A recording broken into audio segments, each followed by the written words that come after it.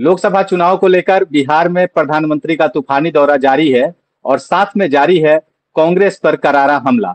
मोदी जी अपने भाषणों में पहले मुस्लिम लीग और अब बूथ लूट, आरक्षण और संपत्ति के पुनर्वितरण जैसी बातों को मुद्दा बनाकर कांग्रेस को लगातार घेरने की कोशिश कर रहे हैं। लेकिन प्रधानमंत्री मोदी के इन बातों का जनता पर कितना असर हो रहा है, यह एक मुश्किल प्रश्न है। आज इसी मुद्दे पर हम बातचीत करेंगे, साथ ही बात करेंगे पूर्णिया और बेगूसराय सीट की।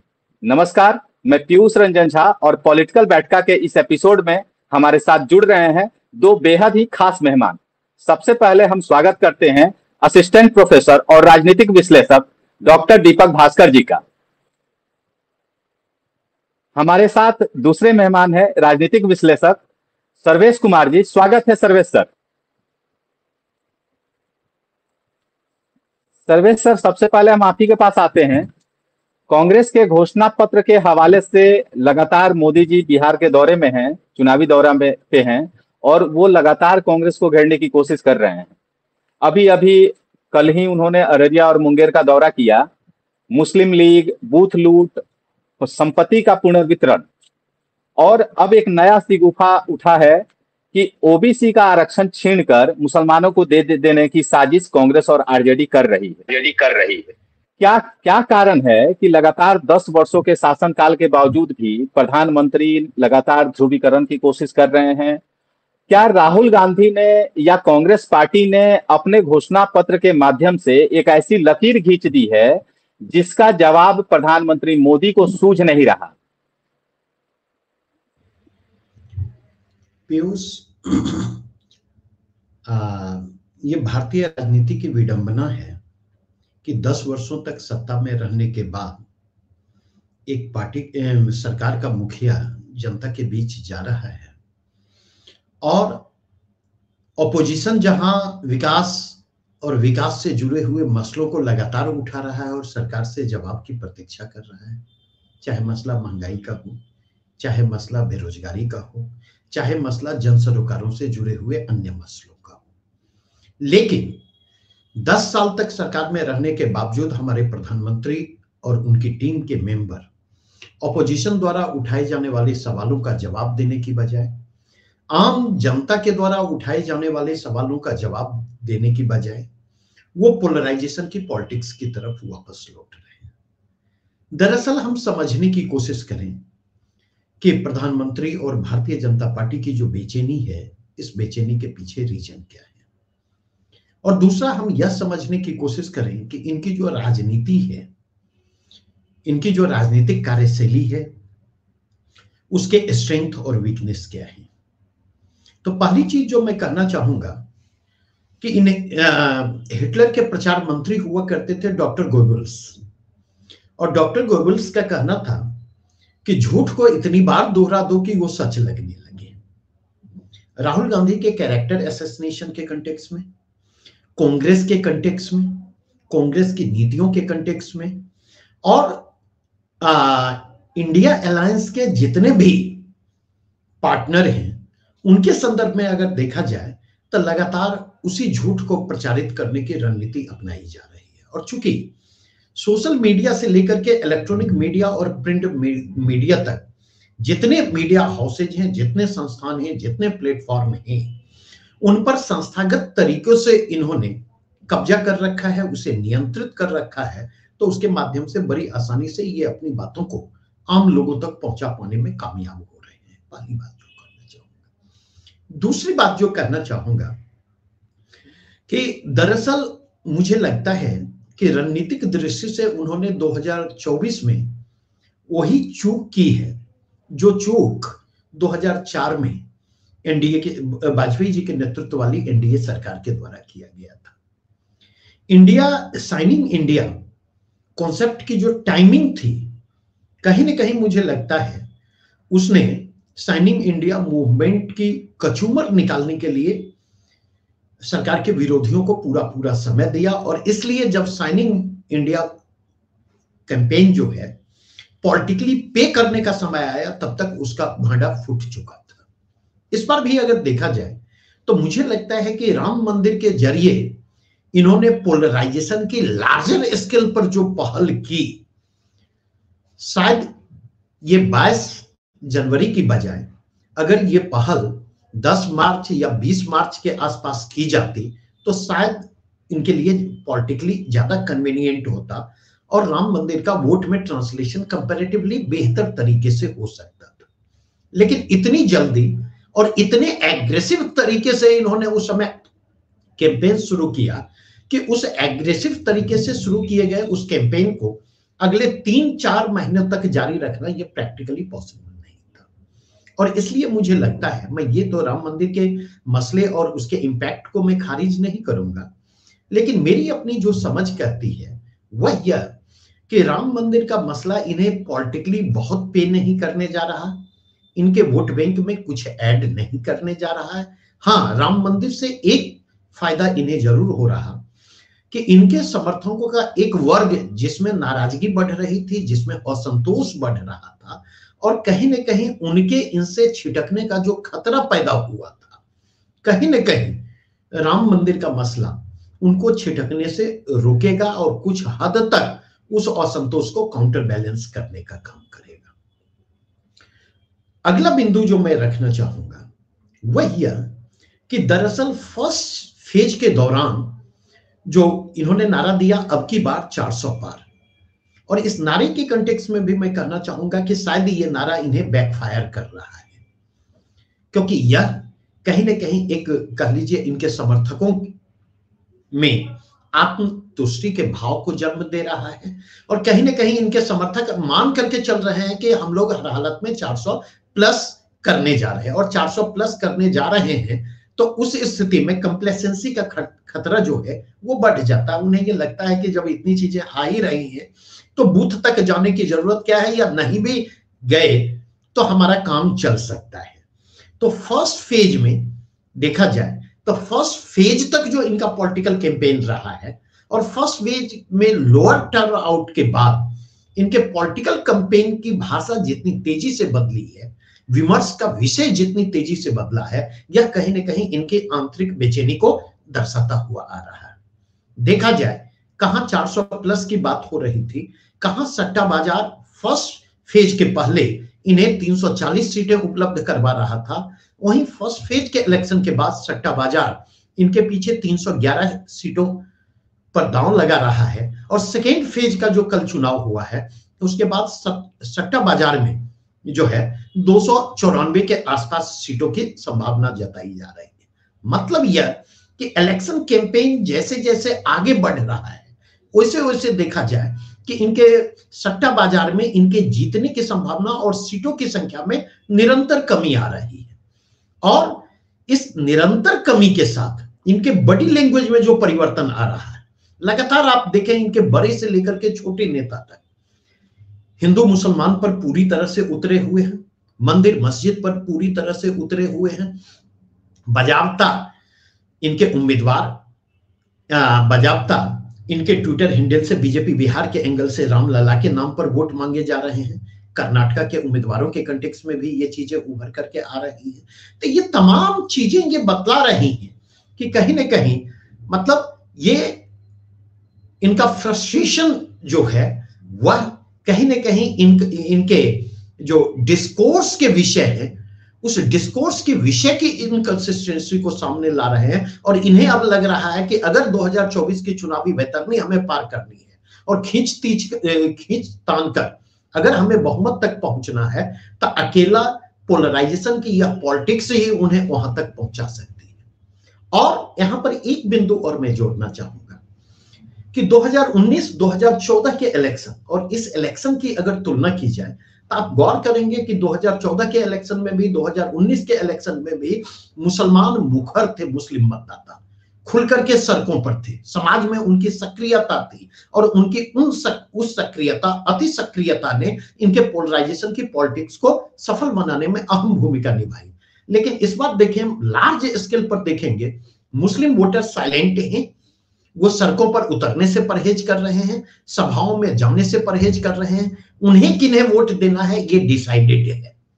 And at the same time देखा जाए तो कहीं ना कहीं इनके जो समर्थक हैं, इनके जो मतदाता हैं, उनमें एक उदासीनता के भाव को भी देखा जा सकता जो वोटर के टर्नआउट को भी प्रभावित कर रहा है और निश्चित तौर पर मुझे लगता है, अब कितना इंपैक्ट होगा मैं नहीं कह सकता, लेकिन इसका असर जो है वो रिजल्ट पर भी निश्चित तौर पर पड़ना चाहिए। सर अभी हमने मोदी जी के बयानों को, बीजेपी के बयानों को सुना बिहार में जब वो आए हुए थे। अररिया और मुंगेर में अभी जो सेकंड फेज के जिस दिन वोटिंग चल रही थी उसी दिन उनका भाषण हुआ है। लेकिन एक साथ इनके साथ साथ जो नीतीश कुमार जी सहयोगी हैं बिहार में, उनके भाषणों को अगर हम विश्लेषण करें तो उनके भाषणों में क्या है आजकल। उनके भाषणों में बीजेपी के भाषण, जो प्रदेश अध्यक्ष हैं वो आज और कल लगातार बोल रहे हैं बूथ लूट की राजनीति करते हैं, ये लोग बूथ लूट लेंगे, बूथ लूटने वाले हैं। नीतीश जी लगातार परिवारवाद पे टिप्पणी करते रहते हैं, यहाँ तक चले गए कि कितने बच्चे कौन पैदा करता है इस पे चले गए। और उसके बाद फिर से वो 2005 के पहले कौन सा बिहार था, जंगल राज था, वो भी नीतीश कुमार भी उन्हीं बातों को लेकर कैंपेन चला रहे हैं और जंगल राज की बात, परिवारवाद की बात और बूथ लूट की बात वो लगातार कर रहे हैं। बीजेपी प्रदेश भी कर रही है और नीतीश कुमार भी कर रहे हैं। ऐसे हालात में ये नीतीश कुमार जी या एनडीए बिहार में आरजेडी का खौफ कब तक दिखाएगी जनता को, और कब तक ये डर दिखाकर, जंगल राज का डर और परिवारवाद के कॉन्सेप्ट को ला लाकर वो अपने वोट को लेने की कोशिश करेगी। दीपक सर, आपसे मेरा ये सवाल है। Thank you Piyush ji. एक पेंटिंग है पीयूष जी, मैं अपनी बात वहां से शुरू करूंगा कि डीडी राफेल ने एक पेंटिंग बनाई, फ्रेंच पेंटर थे, उन्होंने एक पेंटिंग बनाई। प्लेटो जो राजनीतिक दार्शनिक रहे हैं और अरस्तु, दोनों में अंतर देखने के लिए उन्होंने एक पेंटिंग बनाई। तो उस पेंटिंग का क्या है डिपिक्शन कि प्लेटो जो है ना वो उंगली ऊपर की तरफ जो है करके दिखा रहा है, और एरिस्टोटल जो है ना वो उसका प्लेटो का उंगली पकड़ के नीचे दिखा रहा है कि नीचे जमीन पर देखो। तो प्लेटो बड़ा आइडियल स्टेट वाले थियरिस्ट रहे हैं और एरिस्टोटल जो है बड़ा इंप्रेसिस्ट, जमीनी जो है बात करने वाले रहे हैं। मोदी जी और विपक्ष मतलब एनडीए और इंडिया ब्लॉक उस पेंटिंग की तरह है, जहां मोदी जी आसमान दिखा रहे हैं, विकसित भारत 2047, महिला आरक्षण 2037, है ना, अच्छे दिन आएंगे, सब कुछ ऊपर ऊपर चल रहा है। और विपक्ष कह रहा है कि 150 रुपया जो है ना पेट्रोल हो गया है, डीजल का दाम बढ़ गया है, दाम नहीं मिल रहा है, मार्केट में जो है करवा तेल का दाम 250 हो गया है। वो जमीन की बात कर रहा है, वो अग्निवीर योजना का बात कर रहा है, वो जो है महंगाई की बात कर रही है, वो बेरोजगारी की बात कर रही है। तो जनता से जो जुड़े हुए मुद्दे हैं, जमीन पर जो चल रहे हैं, वहां पर है। अब दुनिया का एक नीति है कि जब भी ऊपर और नीचे के बीच में लड़ाई हुई है ना, तो नीचे नीचे जो सत्य है ना वो हर वक्त मेटाफिजिकल ट्रुथ से ऊपर काम करने लगता है, क्योंकि भगवान से तो मिले नहीं है लेकिन जमीन पर तो रोज ही जी रहे हैं ना। तो जो सत्य है उसी को परम सत्य मान करके जीवन जी लेता है आदमी। तो मोदी जी या विपक्ष के बीच में ये अंतर पहली बात है कि बार बार ये दिखाना कि 2005 से पहले बिहार में कुछ नहीं था, बार बार ये कहना कि 2014 से पहले भारत में कुछ नहीं था, ये जनता के बीच में एक ऐसी बात खड़ी कर रहा है कि अब लोगों को लग रहा है कि 2014 से पहले या 2005 से पहले बिहार में लोग चेकआउट करने लगे हैं। 2005 से पहले नहीं, 1990 से भी पहले जाने लगे हैं कि चलो थोड़ा और भी पीछे चल लेते हैं, वहां भी देख लेते हैं, है ना। तो कुल मिलाकर के ऐसी राजनीतिक भाषाओं का उपयोग करके नीतीश कुमार जी या उनके सहयोगी या मोदी जी या उनके सहयोगी, इन लोगों ने जनता के बीच में पहले तो कंफ्यूजन क्रिएट किया। जनता पहले तो इमीडिएट जो इमोशनल ड्राइव था उसके थ्रू चला, लेकिन बाद में जब जमीनी मुद्दे जनता के आसपास घूमने लगे तो जनता अपने मुद्दे की तरफ थोड़ी खिंचती आई कि रोज शाम में जाना है हाट बाजार में सब्जी लेने के लिए, तो जो 10 रुपया खरीद रहे थे आलू अभी 40 रुपया खरीद रहे हैं। बजट नहीं बन पा रहा है, बड़े बड़े वेतन वाले लोग जो है वो अपना खर्चा कम कर ले रहे हैं। तो जमीनी मुद्दे जो है ना वो हावी होते चले गए। अब बार बार आप जो डर की राजनीति है वो कहते हैं ना कि मतलब ये बड़ा वो है कि आप बार बार एक ही चीज को, सर ने सही कहा, सर्वेश सर ने, कि ये हिटलर का पॉलिसी था कि झूठ को बार बार जो है ना परोसा जाए तो सच लगने लगेगा, है ना। सच तो लगने लगेगा लेकिन सच होगा नहीं, वो परसेप्शन होगा, है ना। तो प्रोफेसर उपेंद्र बख्शी ने एक बहुत बढ़िया बात कही पीयूष जी। उन्होंने कहा कि it is easy to break truth, right, but not perception. सत्य को तोड़ना आसान है, लेकिन ये जो परसेप्शन है ना कि मोदी जी बहुत अच्छा है, मोदी है तो मुमकिन है, 56 इंच का सीना है, ये तोड़ देंगे फोड़ देंगे, परसेप्शन को तोड़ना। But how do you break perception? Perception को तोड़ते कैसे हैं? परसेप्शन को कोई नहीं तोड़ता, कोई पॉलिटिकल नैरेटिव परसेप्शन को तोड़ने लायक नहीं पैदा हुआ। परसेप्शन को तोड़ता है इंपेरिसिज्म। जब जमीन पे आदमी का महंगाई है, बच्चा का स्कूल का फीस नहीं भर पा रहा है, वो ना उस मुगालते से बाहर आना शुरू करता है कि भाई हमारा जीवन में कुछ दिक्कत हो रहा है। वो जो आप आदमी के आम जीवन की जो समस्याएं हैं वो आपके परसेप्शन को उस मुगालते से आपको हर वक्त बाहर लाने ले आता है और लाता ही है। इसीलिए अभी क्या हुआ है ना, मोदी जी की सबसे ज्यादा या एनडीए की सबसे ज्यादा दिक्कत ये रही है कि जितना उनको ग्रैंड नैरेटिव देना था लोगों को वो सब दे चुके कि भाई हम 100 स्मार्ट सिटी बनाएंगे, हम सड़कों का जाल बिछा देंगे, हम ये कर देंगे, 15 लाख रुपए अकाउंट में चला जाएगा, देश का इकोनॉमी 5 ट्रिलियन हो जाएगा, भारत विकसित हो जाएगा, ये हो जाएगा। वो इतना सारा ग्रैंड नैरेटिव उन्होंने क्रिएट किया और जमीन पर वो शहर खोज रहा है कि वो स्मार्ट सिटी कौन सा था। बिहार में भी बहुत सारे स्मार्ट सिटी, तो भागलपुर का जनता खोज रहा है कि स्मार्ट सिटी किधर भाई, मुजफ्फरपुर खोज रहा है कि स्मार्ट सिटी किधर है, पटना खोज रहा है कि स्मार्ट सिटी किधर है, पटना खोज रहा है कि सेंट्रल यूनिवर्सिटी किधर है, रोज हर हफ्ता आईएम बन रहा है, तो बिहार में कहां बन रहा है। जमीनी मुद्दे इतने ज्यादा, मतलब ग्रैंड नैरेटिव जो उन्होंने बनाया वो फेल कर गया। अब तीसरी बात पर आ रहे हैं। देखिए ऐसा है ना कि धर्म अफीम ही होता है। मैं मार्क्सवादी विचार का आदमी पार्टी के तौर पे तो नहीं हूं, लेकिन मार्क्स को ना एक सैद्धांतिक तौर पे बहुत मानता हूं। उन्होंने कहा कि धर्म अफीम है, और उन्होंने नहीं कहा सिर्फ, इससे पहले मार्क्स से 400 साल पहले ना मैकियावेली ने कहा कि धर्म और राजनीति को अगर आप मिक्स कर रहे हैं, if you are mixing politics with religion then you are making recipe for disaster. धर्म और राजनीति को जब मिलाएंगे ना तो एक ऐसा डिसास्टर बनेगा जिसको संभाल नहीं पाएंगे। इसीलिए उन्होंने चर्च और स्टेट को अलग कर दिया कि अलग अलग रखना है इन लोगों को। तो मार्क्स ने जो कहा ना कि अफीम है, वो अफीम ही था और आज भी है। अब अफीम के नशा में जो रहता है ना, दारू पी करके जब चलता है आदमी, दुनिया कुछ पूछता है किसी को, कौन हो तुम, सब ठीक है, कोई दिक्कत नहीं है, बड़ा खुश खुश एकदम सब कुछ। नशा उतरा सुबह में तो फिर वही, अरे ऑफिस जाना है यार, बहुत लेट हो गया, हैंगओवर है, दिमाग खराब हो रहा है, काम कैसे करेंगे। रियलिटी चेक जो है ना उसमें आना ही था लोगों को, भले 10 साल लगा, लेकिन रियलिटी अभी भी हो सकता है कि जोड़ तोड़ मोड़ करके हो सकता है पीयूष जी की आपकी सरकार बन जाए, पॉसिबल है, उसमें मैं नहीं जा रहा हूं। लेकिन मैं ये देख रहा हूं, और मैंने इससे पहले भी एक बार आपको ये कहा था कि राजनीति में ना एक चीज मैंने देखा है, ये मेरा अनुभव भी है और मेरा पॉलिटिकल जो रीडिंग है ना उससे ये निचोड़ है कि राजनीति में जो एजेंडा सेट करता है ना वो विनर होता है। 2014 में मोदी जी ने एजेंडा सेट किया, महंगाई की मार अब की बार मोदी सरकार, ठीक है ना। 2019 में मोदी जी ने एजेंडा सेट किया, राष्ट्रीय सुरक्षा, पाकिस्तान को घूस में मारेंगे, खत्म कर देंगे, देश से ऊपर कुछ नहीं, मोदी सरकार। इस बार आप देख रहे हैं बहुत अच्छी बात क्या हो रही है, अजीब बात हो रही है, अच्छी तो नहीं हो रही है, अच्छी तो कांग्रेस की हो रही है, हमारे लिए बड़ी अजीब बात हो रही है। अजीब क्या है, बीजेपी मैनिफेस्टो जारी करने वाली पार्टी हुआ करती थी, बीजेपी का मैनिफेस्टो पे चर्चाएं हो रही थी, और अभी बीजेपी कांग्रेस का मैनिफेस्टो पे चर्चा कर रही है।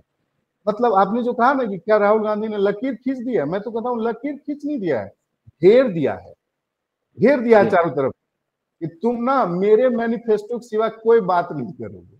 अब क्या हो रहा है कि मोदी जी को अगर कोई भाषण देना है या भाजपा के नेता या किसी को भाषण देना है तो कांग्रेस के मैनिफेस्टो से जैसे बाहर निकलता है ना, तो उनका जो ट्रेडिशनल पॉलिटिकल अंडरस्टैंडिंग है कि धर्म पे बात कर लेते हैं, अररिया हम जाएंगे तो हिंदू मुसलमान बात कर लेंगे, दिस दैट, उसमें फंस गए हैं, ट्रैप में फंस गए। और एक अंतिम बात कर रहा हूं, है ना, जानते पीयूष जी, सर सही बोल रहे थे कि राम मंदिर का एजेंडा जो है ना वो 3-4 महीने तक में फेड आउट हो गया। मैं थोड़ा इस बात को और आगे ले जाता हूं, मैं ये कह रहा हूं कि राम मंदिर ना 3-4 महीने नहीं, 30-40 साल से ना जनता चटा हुआ था, उसका कंप्लीशन था लोगों के मन में कि राम मंदिर बने। जब बन गया तो लोग आगे बढ़ गए। और भारत का पॉलिटिकल साइकी जो है ना पीयूष जी, हम लोग सेमाइटिक रिलीजन नहीं है, हम इस्लाम नहीं है, हम जो है क्रिश्चियनिटी में भी नहीं है, तो हमारा जो आइडियोलॉजिकल फ्रेम है ना वो बहुत स्ट्रिक्ट नहीं रहा है। हिंदुइज्म का आइडियोलॉजिकल फ्रेम बहुत डोसाइल रहा है, बहुत फ्लेक्सिबल रहा है। ये शुरू से रहा है कि ठीक है ना, तुम हमको नहीं भगवान मानने दोगे ना तो हम नया भगवान बना लेंगे, दूसरा गोसाई बना लिया लोग, ठीक है। तो ये जो धारा थी ना, उस धारा में 30-40 साल तक आप आदमी को एक ही आइडियोलॉजिकल फ्रेम में रखेंगे, ये संभव नहीं था। और एक बात इसमें कोरोलरी एडिशन है। एडिशन क्या है? कॉन्फ्लिक्ट की एक प्रॉब्लम होती है। कॉन्फ्लिक्ट और पीस को जब स्टडी करेंगे पीयूष जी, तो कॉन्फ्लिक्ट की प्रॉब्लम क्या है कि कॉन्फ्लिक्ट को आप बहुत लंबे समय तक कंटिन्यू नहीं कर सकते। ह्यूमन सिविलाइजेशन जो है ना उसका ट्रेनिंग नहीं है कि वो बहुत ज्यादा देर तक कॉन्फ्लिक्ट में रह सके। आप लड़ लीजिए, किसी से भी लड़ लीजिए, 20 मिनट तक लड़ाई के बाद आप हाफ जाएंगे, बैठना पड़ेगा, गला मिलना पड़ेगा। और हर दुनिया का कॉन्फ्लिक्ट का अंत जो है ना वो समझौता से हुआ। हथियार से कोई युद्ध नहीं जीते गए, समझौता से ही खत्म हुआ युद्ध, है ना। चाहे वो महाभारत का युद्ध हो तो शांति पर्व हुआ, चाहे जो है प्रथम विश्व युद्ध हो तो उसका वर्षाय हुआ, और तमाम युद्ध के संधि हुए। कॉन्फ्लिक्ट, ह्यूमन साइकी कॉन्फ्लिक्ट में अपने आप को ज्यादा समय नहीं रख पाता है। अब जो ये बार बार हिंदू मुसलमान हिंदू मुसलमान हिंदू मुसलमान, वो जो कॉन्फ्लिक्ट क्रिएट करते हैं ना, आदमी जो है ना उस कॉन्फ्लिक्ट से खुद ही बाहर निकलना चाह रहे हैं। मुसलमान तो चुपचाप जाके बैठ गया है, बोला ना हमको रैली में जाना है, ना हमको कहीं जाना है, वोट उठ देना होगा तो दे देंगे हम, बस माफ करो। मुसलमान को तो आप खोचा भी दे रहा है ना तो उठ नहीं रहा है, बोला ना हम बोलेंगे नहीं, हमको बोलना ही नहीं है, वो चला गया। अब आपका जो कॉमन एनिमी जो आपने क्रिएट किया था, जो रिप्लाई कर रहा था, वो गांधी बन गया। वो बोल रहा है कि तुम थप्पड़ मार लो हम कुछ नहीं बोलेंगे। तो अब आपके पास ना आप जो अंधेरा में तीर मार रहे हैं, लोग टेंशन में आ गया कि भाई मुसलमान लोग कौन सी करता है बताओ तो, कितना बढ़िया पंचर लगाता है। हमारे गए थे, है ना, कासिम के दुकान पे, वो पंचर लगा रहा था, हमको क्या दिक्कत है, ठीक तो है। ये जो सोसाइटी है ना, उसका जो अपना पॉलिटिकल इकोनॉमी है, उसका जो अपना इकोनॉमिकल अंडरस्टैंडिंग है, वो जो चल रहा है ना, वो बहुत पैरेलल इकोनॉमी चलाता है वो सोसाइटी। तो मतलब मैं ये कह रहा हूं कि पॉलिटिकल साइकी कॉन्फ्लिक्ट में रहने का नहीं है। राम मंदिर का कॉन्फ्लिक्ट बहुत दिन चल गया, लोग उससे बाहर निकलना चाह रहे थे। अब मोदी जी उसको चाहे कि हम मारेंगे, कैंपेन करेंगे, एकदम उड़ा देंगे पूरा, लेकिन वो हो ही नहीं पाया। अब वो इसलिए नहीं हो पाया, उसकी एक और वजह है कि अब इलेक्शन कमीशन कह रहा है कि वो वीडियो नहीं चलाओगे तुम, ठीक है, वो वीडियो भी नहीं चला पा रहे हैं आप। मतलब उस कैंपेन को जिस लेवल पे आपको लेके जाना था, वो आप इलेक्शन में कर नहीं सकते, ठीक है ना। तो यहाँ पर मामला जो है फंस रहा है। और रही बात नीतीश कुमार की, तो मैं एक छोटी सी बात कह रहा हूँ कि नीतीश कुमार जी पर मुझे बहुत दया आती है। मेरे बड़े फेवरेट नेता रहे, मैं इस बात से दो राय नहीं करूंगा, क्योंकि मैं यंग था 2005 में, और बिहार से मैं भाग करके दिल्ली पढ़ने गया था। बड़ी बुरी स्थिति थी शिक्षा व्यवस्था की वहाँ। नीतीश कुमार जी ने एक उम्मीद की किरण बिहार को दी, और एक बढ़िया व्यवस्था, लॉ एंड ऑर्डर की सिचुएशन को ठीक ठाक करने में बहुत योगदान रहा। One of the most popular leadership, है ना, सुशासन, साइकिल योजना, यूनाइटेड नेशन तक बात पहुंची। ऐसे लीडरशिप तो आपने आज किस स्थिति में मैं देख रहा हूं कि मोदी का पैर छू रहे हैं, है ना। वो जो है कुछ 4000 सीट बोल दे, कुछ भी, मतलब कुछ भी, वो एकदम नहीं होता है कि वो बार बार ये करेंगे मैंने तुम्हारे लिए यही किया था ना, हम तो सबके लिए किए, हमको क्यों छोड़ रहे हो। उनको आज बिहार में सबसे ज्यादा इग्नोर्ड, रिजेक्टेड और सबसे लो प्रोफाइल अगर कोई लीडर है वो नीतीश कुमार हो गए। ये बहुत अच्छा स्थिति नहीं है। 17 लाल बहादुर शास्त्री साहब भी रहे प्रधानमंत्री, कर्पूरी ठाकुर जी तो महीना 2 महीना साल भर का मुख्यमंत्री रहे, लेकिन आज भी उनका नाम है ना, आज भी उनका एक जो है बड़ा नाम है भाई, है ना, बहुत बड़ा काम किया। नीतीश कुमार जी 17 साल चीफ मिनिस्टर रहे बिहार के, आगे भी एक आध 2 साल रहेंगे ही, है ना। इतने सालों के बाद अगर वो चीफ मिनिस्टर कल नहीं रहते हैं और उनका नाम जनता भूल जाए, तो राजनीतिक दृष्टिकोण से मुझे ये बिल्कुल समझ नहीं आता, लगता है मुझे कि जी हेलो सर। जी जी सर। सर्वेश सर कुछ कह रहे हैं? जी सर्वेश सर कुछ कह रहे थे इसमें? हाँ, एक्चुअली 2 चीजें मैं ऐड ऑन करना चाहूंगा जो चर्चा चल रही है। पहली चीज करना चाहूंगा कि पिछले 3 दशकों से देखें तो 3 अहम मसला भारतीय जनता पार्टी के पास था। राम मंदिर का मसला, दूसरा मसला जो है वो मसला आपको यूनिफॉर्म सिविल कोड का मसला, तीसरा मसला 370। तो 2 मसला तो बाहर अब उनके हाथ से निकल चुका है। यूसीसी का मसला भी देखेंगे तो यूसीसी का मसला भी पार्शियली उनके हाथ से निकल चुका है, और पार्शियली यूसीसी का मसला जहां पर फंसा हुआ है तो वहां पर देखेंगे यूसीसी केवल मुसलमानों को नहीं प्रभावित करेगी, यूसीसी हिंदुओं को भी प्रभावित करेगी। तो एक तो बीजेपी अब जो है अपने एजेंडे के रीडिफाइनिंग स्टेज में है, नंबर 1। नंबर 2 जो मैं कहना चाहूंगा, अभी चर्चा चल रहे थे पॉलिटिक्स ऑफ परसेप्शन की और पॉलिटिक्स ऑफ परसेप्शन को ब्रेक करने की, तो मैं यहां पर एक स्पेसिफिक डायमेंशन की ओर इशारा करना चाहूंगा। कुछ समय पहले तक मुझे जैसे लोग भी ये मान करके चल रहे थे कि राहुल गांधी की पप्पू वाली छवि निर्मित करने के लिए हजारों करोड़ जो व्यवस्थित तरीके से जोड़े गए, खर्च किए गए, और इंस्टीट्यूशनलाइज्ड मैनर में जिस तरह से राहुल गांधी का कैरेक्टर असैसिनेशन हुआ, हम जैसे लोगों को भी लग रहा था कि उस स्थिति से राहुल गांधी का बाहर निकल पाना शायद संभव नहीं होगा।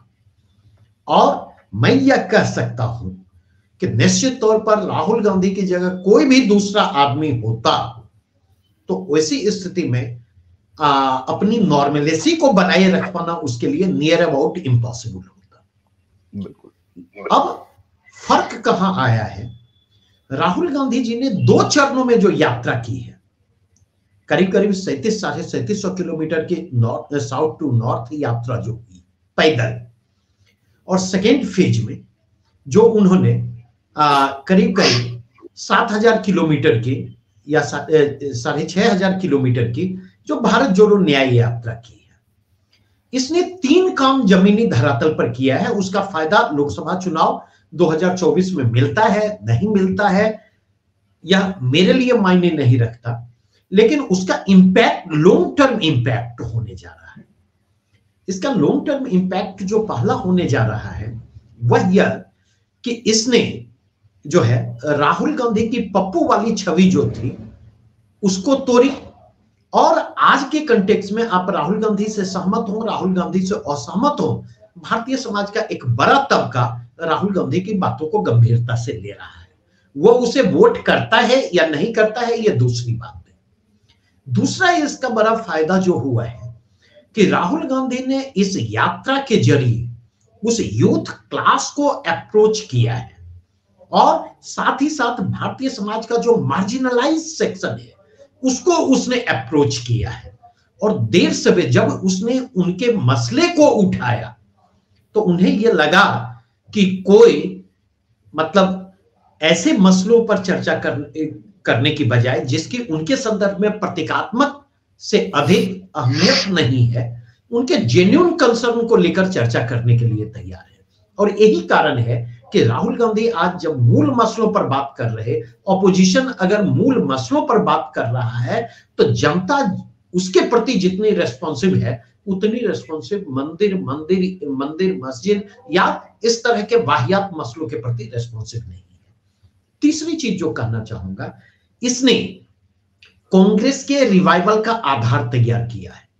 एक ऐसा तबका जो तेजी से कांग्रेस से छिटक रहा था उसको छिटकने से रोकने की कोशिश की है, and at the same time youth से कनेक्ट करते हुए यूथ को कांग्रेस से जोड़, भविष्य में यूथ को कांग्रेस से जोड़ने का एक आधार भी तैयार किया है। और मैं कहता हूं कि अगर यह एफर्ट कंटिन्यू करता है तो समय के साथ चुनाव भाजपा जीत, कांग्रेस हारे या बुरी तरह से हारे, लेकिन आने वाले समय में भाजपा की मुश्किलें बढ़ने जा रही हैं और राहुल गांधी की इस स्ट्रैटेजी की काट उनको नहीं मिलने जा रही है। जिस दिन कांग्रेस जो है जेनरेशनल ट्रांजिशन से बाहर निकलेगी और वह उसके करीब है, उस दिन से कांग्रेस का रिवाइवल शुरू होगा और भाजपा और नरेंद्र मोदी के नेतृत्व की उल्टी गिनती शुरू होने जा रही है।